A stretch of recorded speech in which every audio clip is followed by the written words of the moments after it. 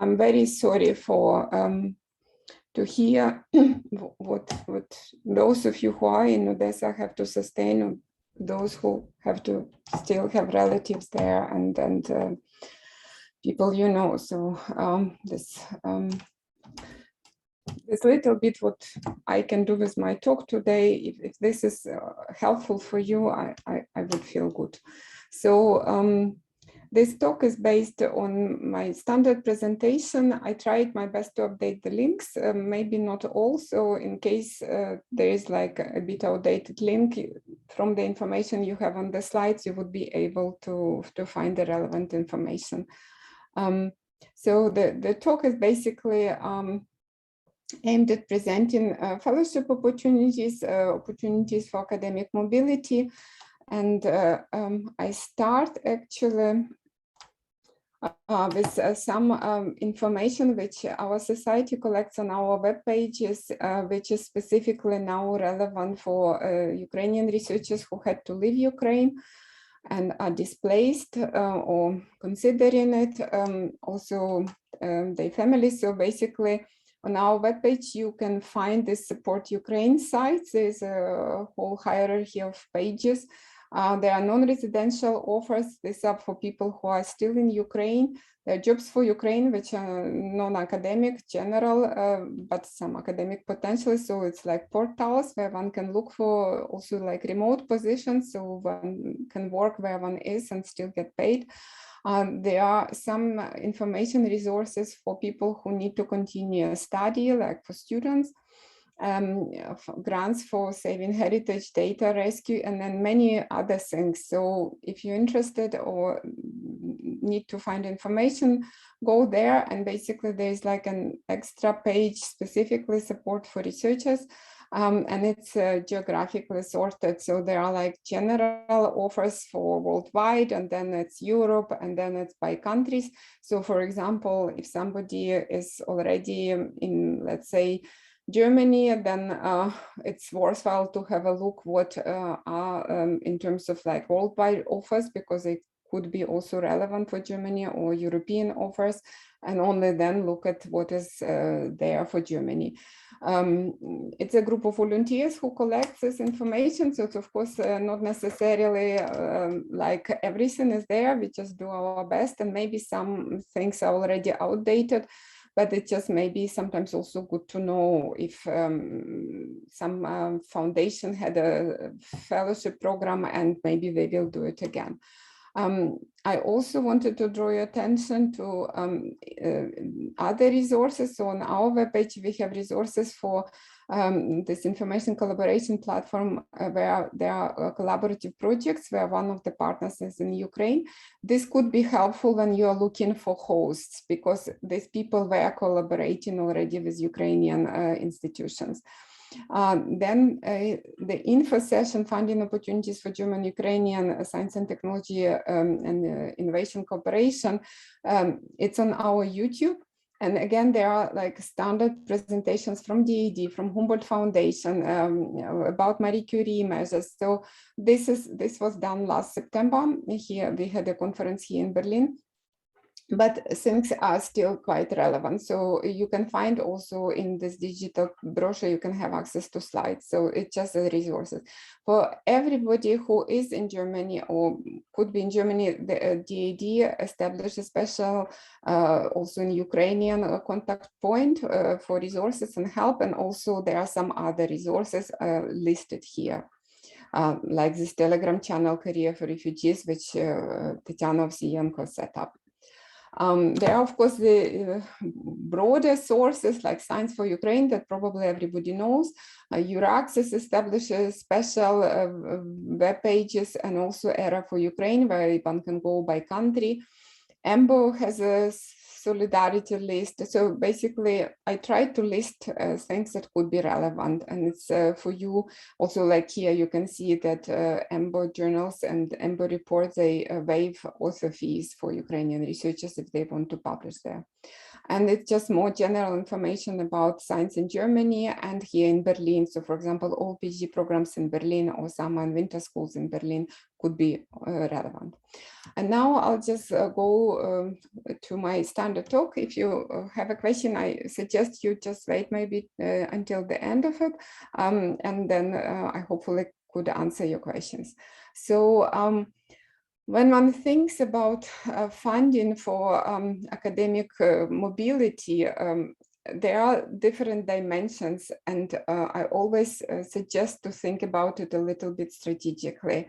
So of course, one can start with like regional funders. So here in Berlin, we have special stipends there that are for Berlin, or for example, from Stiftung Charité for biomedical researchers here in Berlin. So if you know that you want to go specifically to Berlin to a PI or a group leader in a field that you already established contact and it's in Berlin, it's worthwhile to check what is there as a funding regionally. Then there are national funders. So the idea is like for everybody, students and early postdoc to come to Germany. So of course, then it's also worthwhile to check such national funders. And of course, for different countries, so here's Royal Society for Britain, this Japanese Society for Sciences, Humboldt Foundation for everybody who has already PhD for Germany and from Germany to go abroad. So it's worthwhile to then also look at the national level. There are also bilateral funding opportunities. So these are specific funding agencies or programs that fund, for example, German, British, or British-Israeli collaboration. Minerva funds German-Israeli collaboration. Here's the DAD Chinese program. So again, that dimension can help you maybe to think, okay, there are also really dedicated programs specifically between my country and the country where I want to go. There are, of course, a number of international funders, like from Horizon Europe, so Marie Curie, you probably all heard of, and I'll talk a little bit, Human Frontier Science Program, which unites a number of countries and where you can get a scholarship to go to any of those countries, or EMBA. Yeah. So again, for example, to come to Berlin, from all of these directions, you can potentially find a dedicated funder that would help you, specifically bilateral, like German-Ukrainian, not, but from other sources. Then another dimension to think about is like to think about what is your research about, and then look for scholarly associations or funders that specifically focus either on that topic, so physical society, biochemistry society, or like here Cancer Research UK, so it's everything to do with cancer. So this could help you. Again, for them, they don't mind where is your host, is this Berlin, is this Munich, but this could be a helpful way of thinking how to maximize sources of funding. And then there are also some dedicated funders, for example, specifically aiming support for female researchers, because we all know that although at the level of PhD students, there are sometimes even more PhD students, females than males. When it comes to being a professor, basically it changes. So there are some programs that specifically aim to support, for example, female scientists. Sometimes it's specifically supporting Eastern Europeans or whatever. So this slide simply, I hope, provides you a little bit of help in terms of how to think about what funder can I find. And maybe one tip, which I usually share, that I believe people don't pay too much attention. We all, as researchers, read scientific papers, and people, if they had support, they have to acknowledge the funder. So in the paper, there is always section acknowledgements, and usually as a scientist, you just skip it because it's like not very relevant. But I would suggest that you actually pay attention, because you are supposedly reading about the research which is relevant to your field. And then when you see who funded that research, there could be a grant, a fellowship, then you know better maybe who to ask for money, because if they already funded similar research as you potentially do, this could be helpful for you. So this could be, because some foundations are not very well known, and one couldn't know everything, but through that you might come across a very small foundation that still could fund what you want to do. So the first part of the talk is about so-called short-term or traveling fellowships. And these are very useful when one tries to establish the contact with the hosting lab, maybe go there just to learn a particular technique, just to see if this would work for me, and then maybe look for a longer term opportunity. So I call this like foot in the door type of funding. There are very big advantages of them because they are quite often have no deadlines or many deadlines a year. Sometimes they say you need to submit it like at least 4 weeks before you plan to go. So it could be quite a quick decision, usually also not too much work. They, from what I've heard, quite often have reasonably high success rates. So for example, we had a talk from EMBO fellowship manager some years ago, and she was saying that for short-term fellowships at the time, now they call them differently, it was like 60%. So it was much, much higher than for the long-term fellowship. So it's just good to know that. And this is very important there to pay attention to what they say about what are the aims, because sometimes it says specifically this is to learn clearly defined methods useful for your ongoing research, or for example, by attending some training.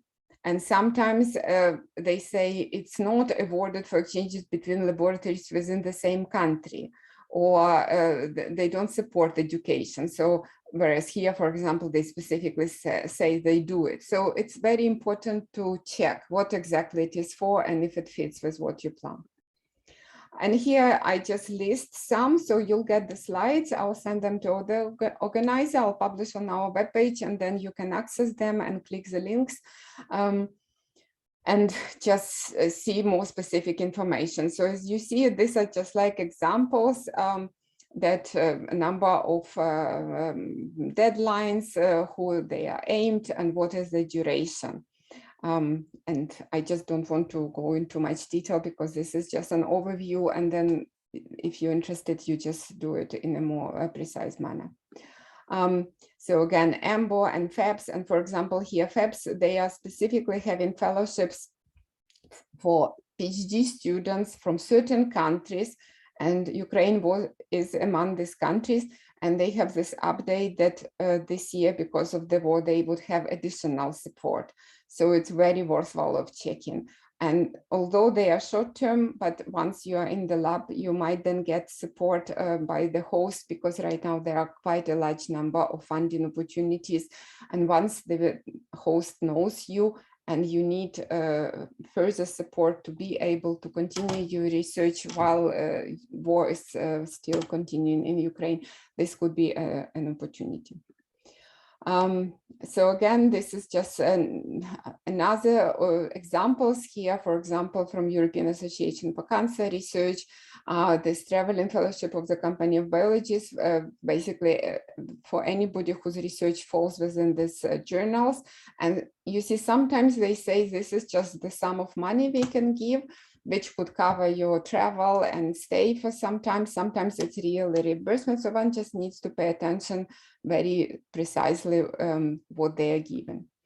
The organizations, so for example, here FANS, Federation of Research in Neuroscience Societies, they have a huge range of different funding options, specific travel grants for their meetings. And right now I was observing many international conferences are saying that we are waiving the fees for Ukrainian researchers to participate, or we are offering additional bursaries for Ukrainians to attend our conferences. So just keep in mind that this is also the place to look. Again, here as an example, the Physiological Society. Now we come to the long-term fellowship. So long-term is usually like over 2 years, so usually 2, it's a sort of standard. They are prestigious and competitive, and it's quite nice to have it on your CV. So it's like if you get a fellowship of this type, you are sort of being already distinguished for excellence of your research, but also you are deemed to be proactive and, well, basically excellent. So it really helps in your future career when you are starting maybe to consider applying for independent group leader positions, because you have to evidence that you have enough leadership and independence. And if you are prepared a fellowship application, you developed a research proposal, it does evidence that you have this level of independence scientifically, and raising funding, because of course as a group leader this is one of the jobs to support the group, is to raise funding, and it's quite rare that you really can apply for grants as a PhD student or postdoc, but fellowship basically offers you this opportunity. They are competitive, and here you can see some examples. So for example, here 17% success rate, 14% success rate. But as you see, for example, this is a fellowship for people from Germany to go abroad. It's 40% success rate, which is quite high. So I say they are extremely competitive, but it depends. So some schemes could be not as competitive as others. The fellowships, by definition, are evaluated not only from the perspective of the research in terms of the research proposal, but also in terms of what it would help with you personally as a researcher in terms of your research career. So it's very, so usually the application form is structured in the way that you have to write why this particular fellowship, this particular project would help with your research career, how it would help to advance. Maybe you learn new skills, maybe you get experience in networking and developing collaborative networks with international partners. And but this is basically an important distinction compared to pure research grants, where usually it's just a research idea that is evaluated. They are almost always require mobility, and this is yeah, people sometimes want a fellowship, but like I'm here in the lab, I'm already doing my research, and I just now need something. Why wouldn't I get a fellowship? It's very, very rare that you get a fellowship to stay where you are. Sometimes, and I would highlight it in some of my slides, they say you're allowed to be already half a year in the group by the time you apply, or like Marie Curie, they allow you to be up to 1 year in the group. So it's quite useful to know and plan. So you, for example, maybe the group has some money, you can start with them, you know, it's good, it works for you, you develop your proposal, and you then submit the application and are still eligible. So this is just important to know. Some fellowship can include or even require return. A return either to Europe in case of Marie Curie or to own country. So some German funders offer this, or Austrian, or there are even other options which I'll mention. For example, you as a Ukrainian can get a Human Frontier scholarship to work in Germany, and then you are allowed to spend a third year back home in your country or the country of your spouse, if it's international family. And this is, of course, a very good opportunity because it allows basically to support brain circulation and not just supports brain drain, where only the best are funded to go in the best labs and then they never go back.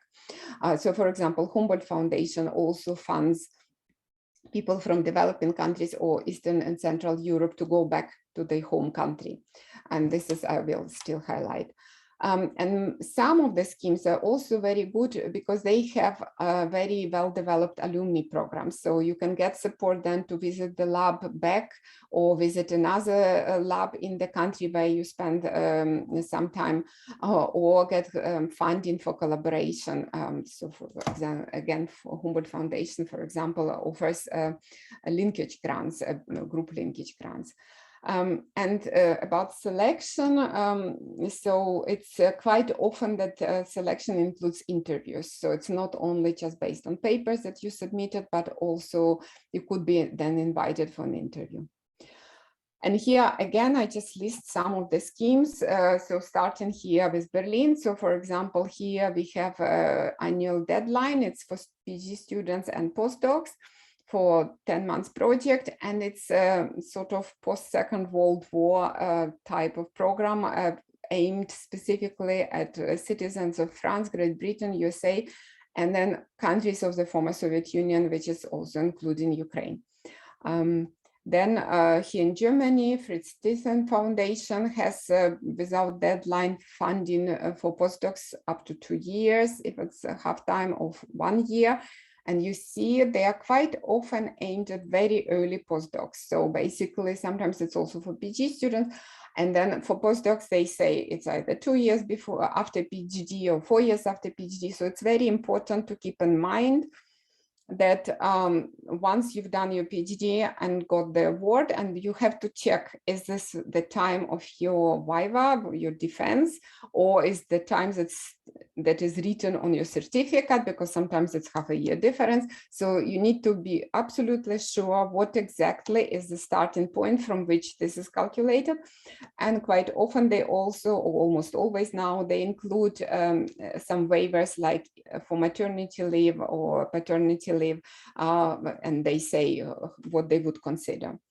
So this 2 years could be a bit more if, for example, during this time you had some parental leave. So DAD has has fundings, and this could be to join doctoral program in Germany, and you get a full funding to be a PhD student, or a research grant for PhD students for 1 year. But they also have research grants for postdocs for up to half a year, and for more than, so for longer. So I suggest you just check their webpage. And right now there were some additional funding specifically aimed at Ukrainian researchers, and there was a link to the DAD website at the beginning. The Humboldt Foundation is the largest foundation funding postdocs from Germany and to Germany. So they offer 2 types of fellowships, the standard ones for postdoctoral researchers, those who did their PhD before 4 years ago, so less than 4 years ago, sorry, or for so-called experienced researchers whose PhD is between 4 and 12 years. And the duration in the first case is between 6 and 24 months. In the second case, so for more senior people, is between 6 and 18 months. And it can be split in a period of maximum 3 periods over 3 years. So this is a particularly useful funding for people who teach, for example, who have a permanent position or longer term position that they don't want to lose. So when a normal postdoc doesn't have a position, just got a PhD and applies for 2 years, it's okay.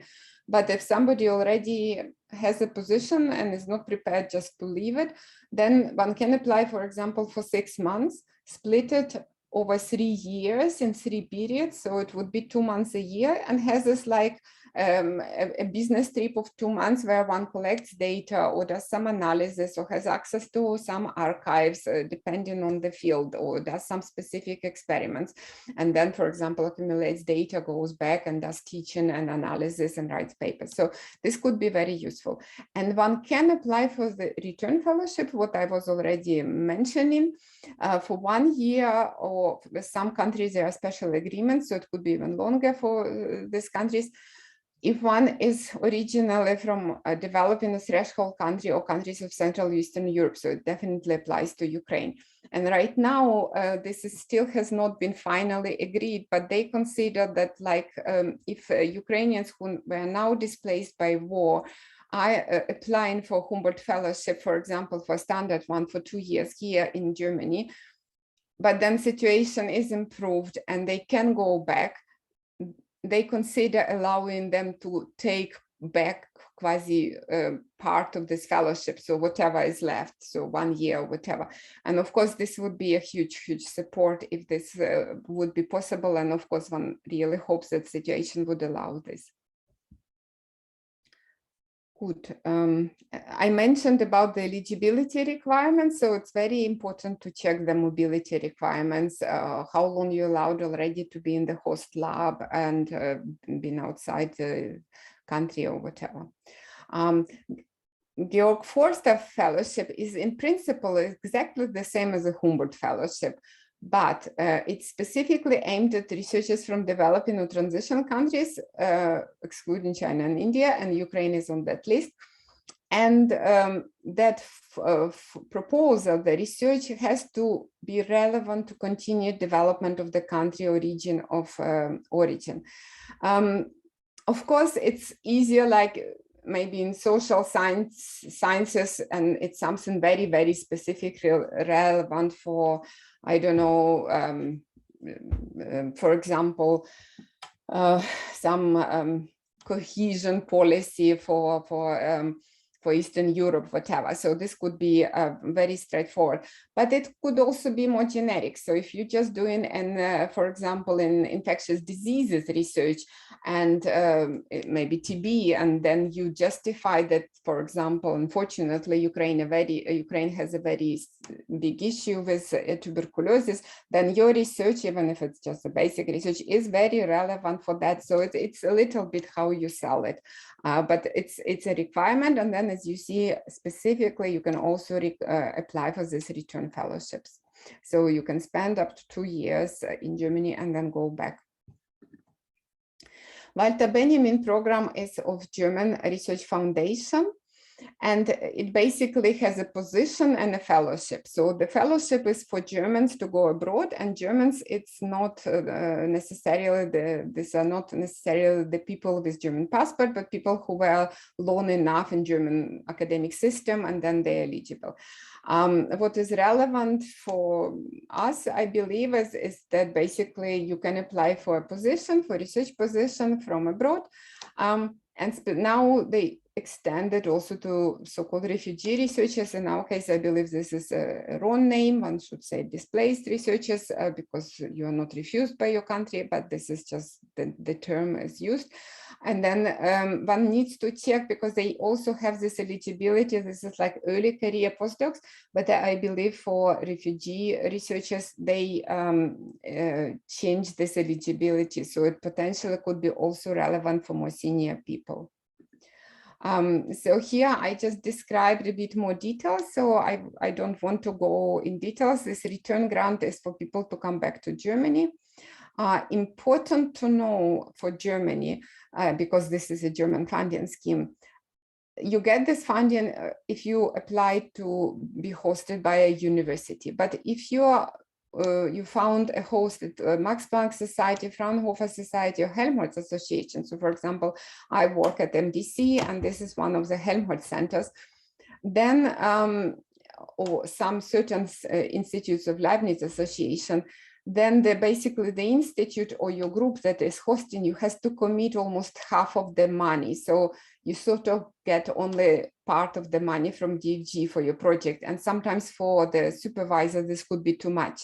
So before you consider such an option, check, are you like coming with fully funded position, or like in this case, it's only part. So in the application, it would need to be shown that part of the funding would be coming from the host lab or host institute.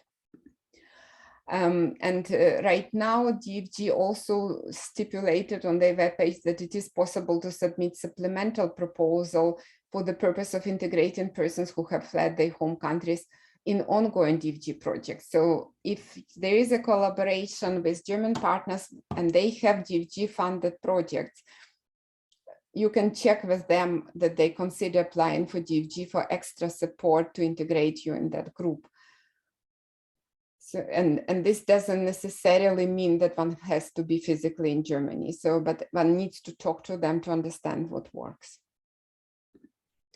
And now I'll just show some schemes from different countries. Of course, this is not like a comprehensive list, but it just would give you some ideas. And then if you have, like you read a great paper or heard a conference presentation from somebody in a field where you feel, oh, I really would like to go to that lab, you would have a bit of an idea where to look for funding for those countries maybe.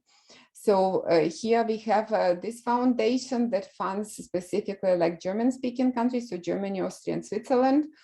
And deadline is forthcoming. And here they still have this restriction based on age, which is actually against the European law, but it's a private foundation and they still do it. I think this time it would be really illegal to do it, but that's just how it is at the moment. Marie Skłodowska-Curie Fellowships, the next deadline is in September. If you want to consider, you should start writing application now because it's quite a lot of work. It's 10 pages, but they have to be very, very nicely written. And it's not just about science. There are part about impact, about your career. So it's very important to think through. And at the end of the presentation, I'm not sure I'll have time for it, but I included the evaluation guidelines. And this is something that I always advise researchers to check. So of course you have to read the application guidelines to know what is the funding scheme for, what are the key requirements, eligibility, by when you have to submit, how many pages, what font, whatever. But what people don't always realize that on the web pages of funding agencies, they work in this very transparent manner, many of them. You could usually find guidelines for reviewers. And this is very important to understand that what are the criteria for the reviewers, those who would be evaluating your fellowship application, because only then you can write it in the way that people who read it could, for example, say that this is extremely original research because you put it in your proposal that way, or there are interdisciplinary aspects are very well presented because you've done it.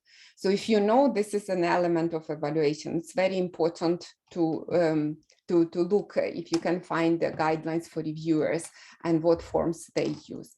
So the Marie Skłodowska postdoctoral fellowships, they actually, when you get it, you get usually a contract with an institution. They are very prestigious and well paid. There are two types, European ones. So you from Europe, from Ukraine, can go to US, to New Zealand, whatever. And then it's 1 to 2 years. So this is global, sorry, these are globals. And then there is 1 year mandatory return to a country which is in Europe. So it doesn't have to be, again, back to Ukraine, it can be any other country, but in Europe.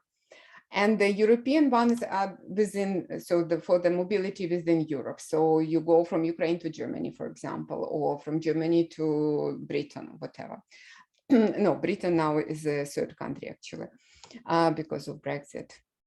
And what is also important that not everybody is aware of, that the host could be in academic, but also non-academic sector. So it can be a museum, it can be a company, and you get funding for your salary. So this is usually quite important because usually salary is the largest cost for any project. So it's, if you are thinking of doing research in non-academic environment, it's important to maybe look at this option. The eligibility, they changed last year that they now are aimed at people with less than 8 years of research experience after PhD.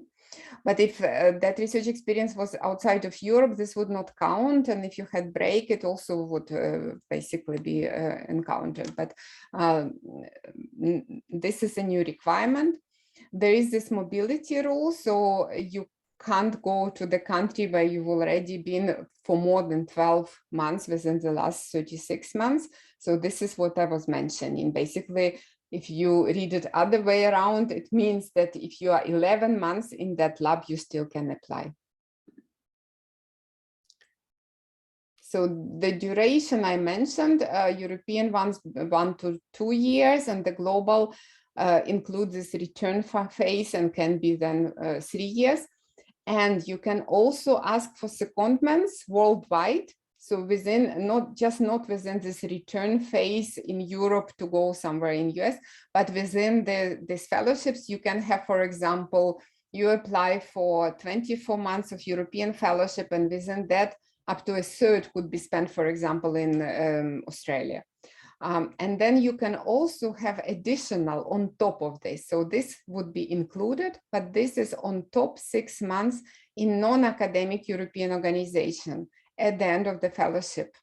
So you, for example, come to Germany to spend 2 years at MDC, and then you can still have 6 months on top to work in a company at Bayer. So of course you need to have hosts who agree when you apply, but then basically you would have 2.5 years of funding. And this is very, very much supported, the so-called international, but also intersectorial mobility. So between academic and non-academic sector, it's a very important element of evaluation. From last year, there is a resubmission restriction. So in the past, you could just apply as many times as you want. Now, if your evaluation was lower than 70%, you would not be able to apply within the same field. So you need to think, because you don't want to submit a bad application and then not to be able to submit a better application next year. And then there is so-called seals of excellence. So they are very competitive and many people get a very high score, but the money, of course, are limited. And some national funding programs, for example, I know Czech Republic has this, and there's a list, so some other countries, they offer, like, if you applied for Marie Curie and you didn't get the funding with the host you've chosen, but you've got the so-called seals of excellence, so you were quite good, then you would get funding from these national funders if you find a host in that country. And this could be still very, very relevant. So it wasn't like wasted opportunity. In Germany, there is a service from an organization called COVI. So if you apply with a proposal more than 2 weeks before the deadline, they actually would review your proposal and provide you feedback.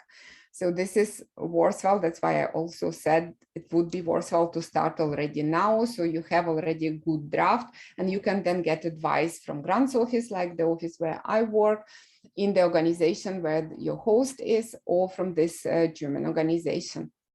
And there are also ITN fellowships. So now they are called a bit different. So these are programs for, basically it's like a network of researchers who get funding.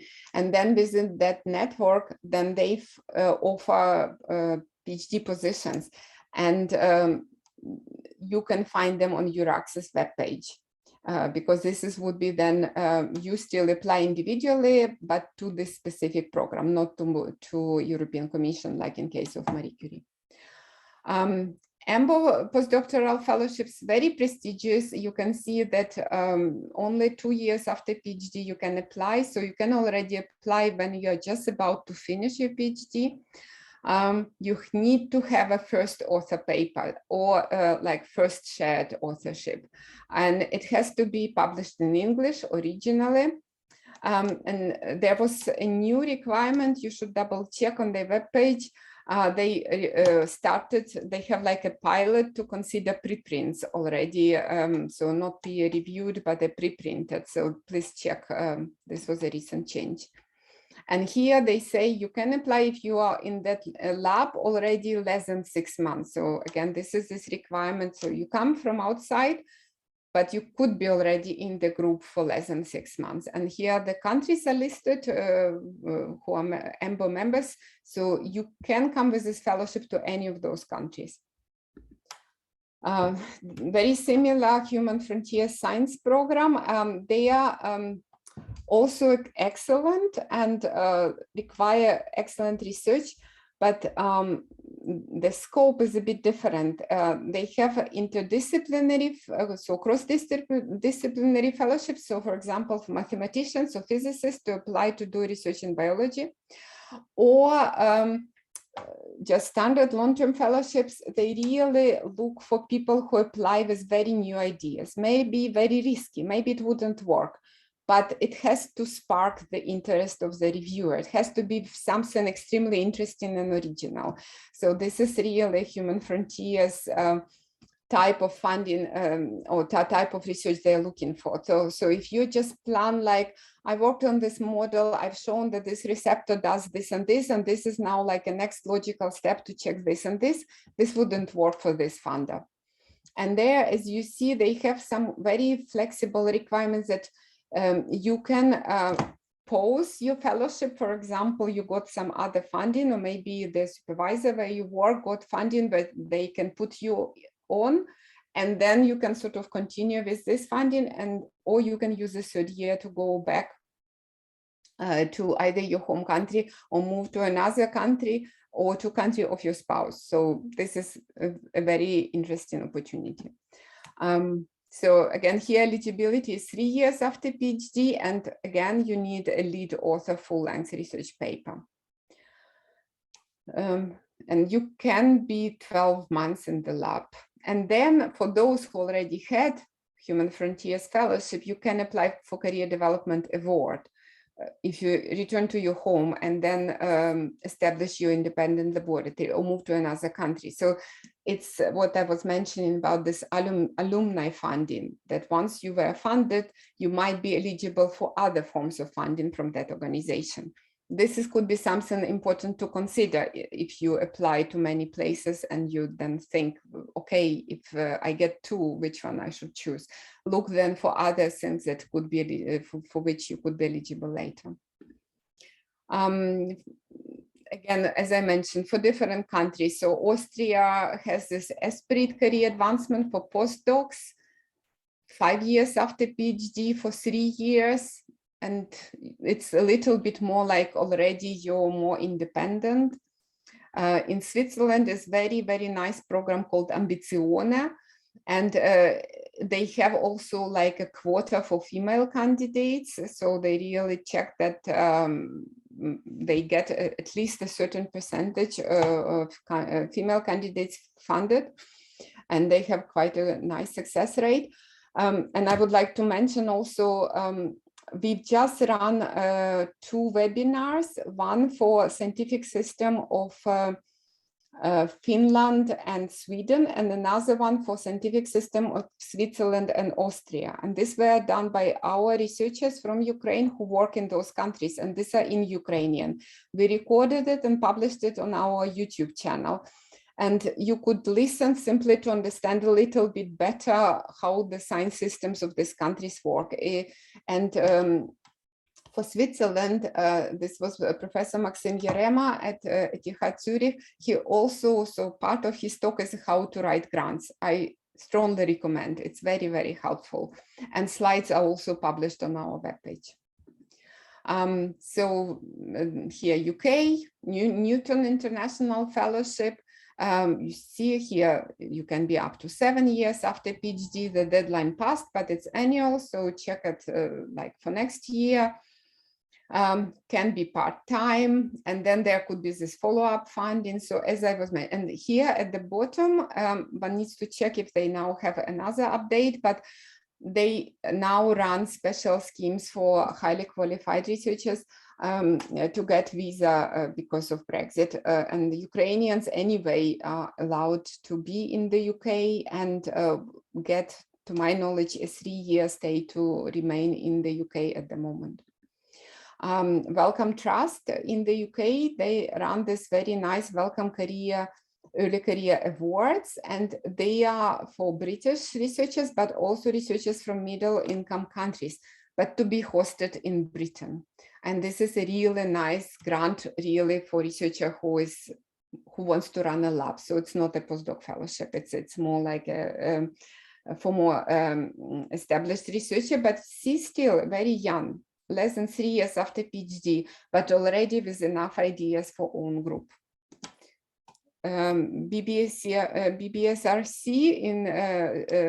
in the UK, it's a Biotechnology and Biological Sciences Research Council, whereas Wellcome Trust, it's biomedical research. The same MRC, you should check, Medical Research Council in the UK.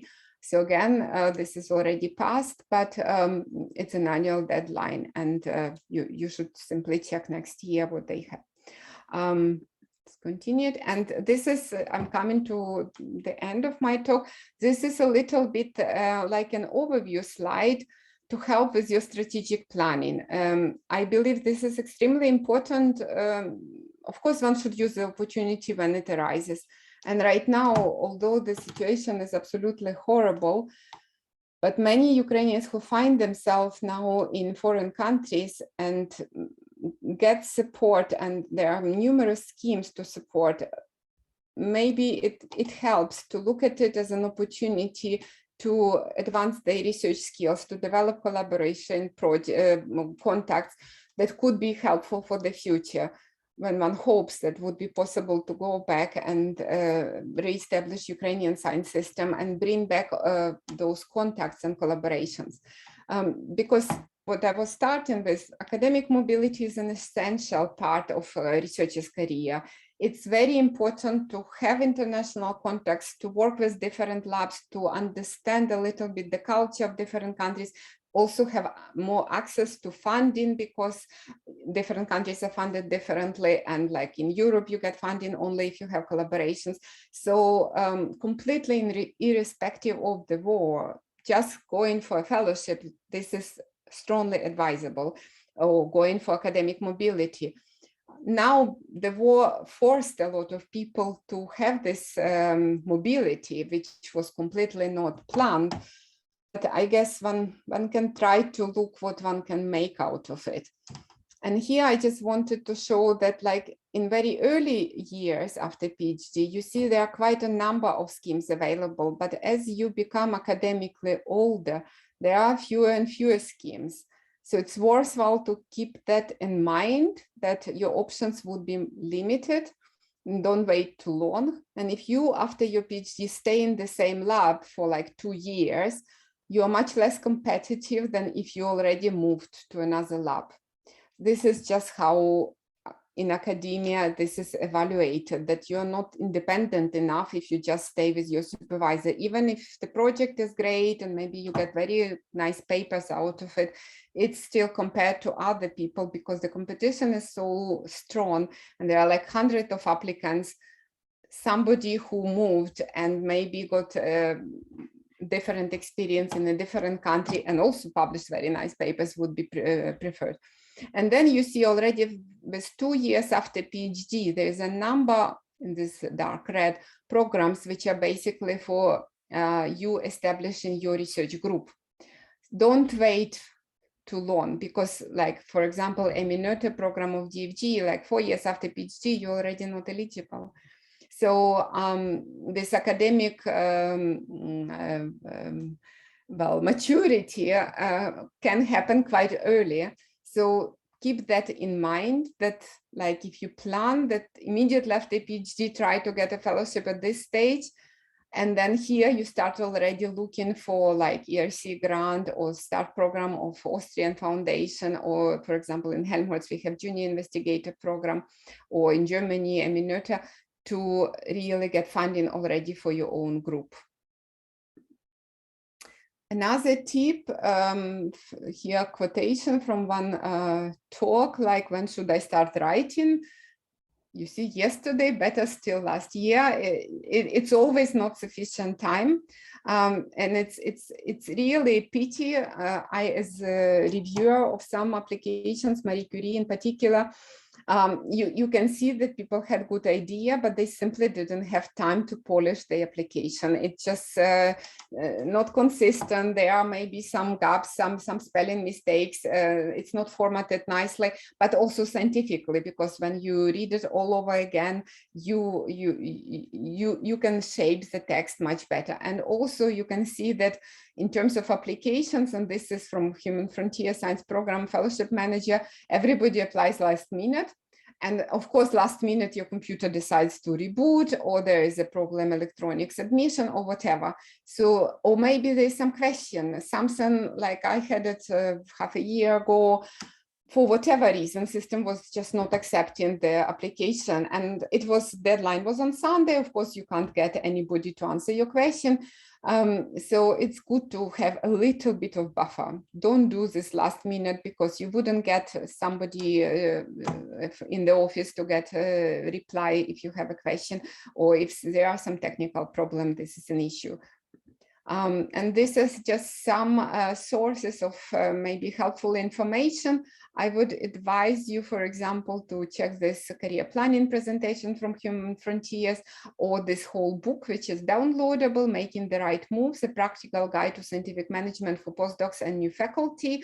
And here is a special extra chapter on writing a letter of recommendation, which I strongly advise you to have a look at, because quite often you write a draft and your peer supervisor then sort of signs it. And it's quite good to know what is expected there. But also you can just share it with your supervisor, so they sort of also learn basically maybe how to do it better. So I think it's end of my presentation. I just mentioned I included here this evaluation grid for Marie Curie's. It's very specific, so don't think this is for all applications, but I just included it so you can look at it and imagine yourself to be a reviewer. And as a reviewer, I have to write in bullet points strengths and weaknesses for the application. And I have this grid, and I have to write, this research is state of the art, and specific objectives and the overview of the action have been provided in sufficient manner, or are excellent, or up to date, and the state of the art is adequately presented. Or I would write, there are some very important researches missing, and state of the art is not presented in an adequate manner. So I go point by point and have to put either a plus, a strength, or a minus, a weakness. And because basically only 10% get funding, or 14, the reviewer's job is basically to find the problems, and it's very easy when you have such a pro forma and you know exactly what to look for. So when you write, check this, so you formulate your proposal in such a way that the reviewer really can find its strengths according to the criteria and not the weaknesses. So here I finish. You can see this is just the form, and I stop sharing. I still have, I hope, a few minutes to answer maybe some questions, and the slides I will send in a few minutes to the organizer, and they will be published on our webpage, and you could access them as well. Thank you. Thank you, Dr. Seumenicht. And dear participants, do you have any questions? Okay, may I ask you, tell me please, what report is needed after the internship? You need to check with the funding body. So usually you need to write a scientific report. So where you describe that you scientifically achieved this and these goals. There are also a financial part. So if, because it depends, if the funding was given really as a research grant, then you have to report that the money asked for consumables were spent for consumables, the money asked for salary were spent for salary, whatever. If it was just like a stipend just for you, then it was paid to the university and they just paid to you. You don't need to do the financial report, but you have to do usually the scientific report. And what all funders require, that when you publish anything, if you go to a conference, that you always acknowledge, and they tell you exactly how to acknowledge. Sometimes they might have a requirement that when you get it, that there is a press release and they mention that this is a Humboldt fellowship and you got it. So you need to check what are the requirements of funding bodies. And then they also tell you when you have to submit it. Is this like 3 months after the end of the fellowship or whatever? So they're usually, it's very well described. Thank you for your answer. And we have one question in chat. How big scientific report should be? This is, as I say, this is very much depends on the funder. So you just, once you, I don't think it's important to check it before you apply, because yeah, 10%, 15% of success rate. But once you get it, you get the whole package of documents, and there it would say exactly how to start the fellowship, what you need to do, what your host institution needs to send the acknowledgement. Yeah, we're accepting it. And then basically it would say, it could be 2 pages. It's not like, 100 pages report, absolutely not.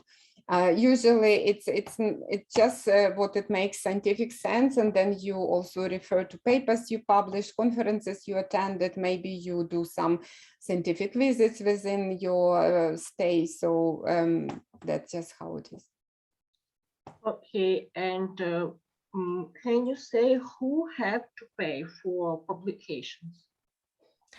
So when you apply for the fellowship, it depends on the type of funder. If they just give you money just for your stipend, then for any publication, would be your host, who would then from research budget of the group would pay for it. Some funders, when you apply, you can basically, you like tick the boxes and you say, I plan to paper, so I request 5,000 for publication.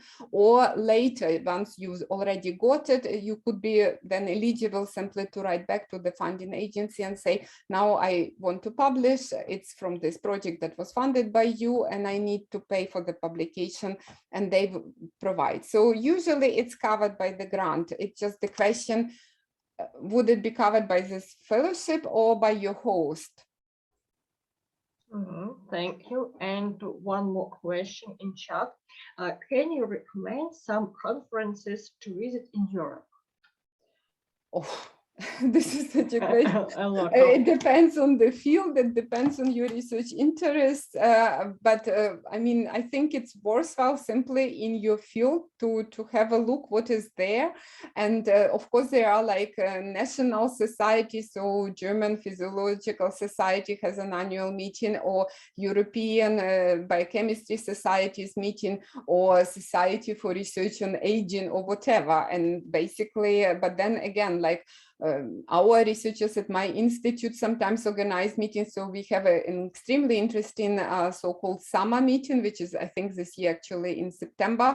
And it's our systems biology, basically annual conference. It's extremely interesting. And also like our MRI people organize an annual event, which is very interesting. So there are just many different international associations that organize conferences, and I just think it depends on your interest, and you simply do a little bit of Googling and researching specifically like scholarly sites, foundations, but also the societies, and simply see what they offer. Amber offers both conferences and workshops, which I strongly recommend. There is like a more generic meeting. For example, I would be presenting there. It's European Open Science Forum. So this is not so deep in scientific topics, but if you want to get an idea about what's happening in science generally, and also issues around science, gender, the ethics, animal research testing. So this could be very interesting, publishing, scientific publishing, what happens there. So as of now in July, it is in Leiden. This could be an interesting conference. So it very much depends what your interests are. Talk to your supervisor. I mean, they know the most important conferences in your field. Thank you. And also, I want to say that we have a lot of words of gratitude for your lecture in chat. Thank you. It was very interesting, very useful for us. Thank you for joining us, for your time. Thank you. It was a pleasure. I wish you all to stay safe and healthy. And as I mentioned, I'll send the slides. I'll publish them right now on our webpage. So, and send the link and one can just download. And on our webpage, you can also find other resources. I'll just put here, it's just Ukraine.eu. And just use also these webinars that I mentioned. I just yesterday gave a talk about science system of Germany, and it's in Ukrainian. As soon as its recording is available, it also would be published. We had it in English like a month ago, so there are a lot of resources. It's maybe sometimes a bit difficult to get through, but yeah, contact us also as a society if you specifically have interest about research in Germany, and we can help. We try our best.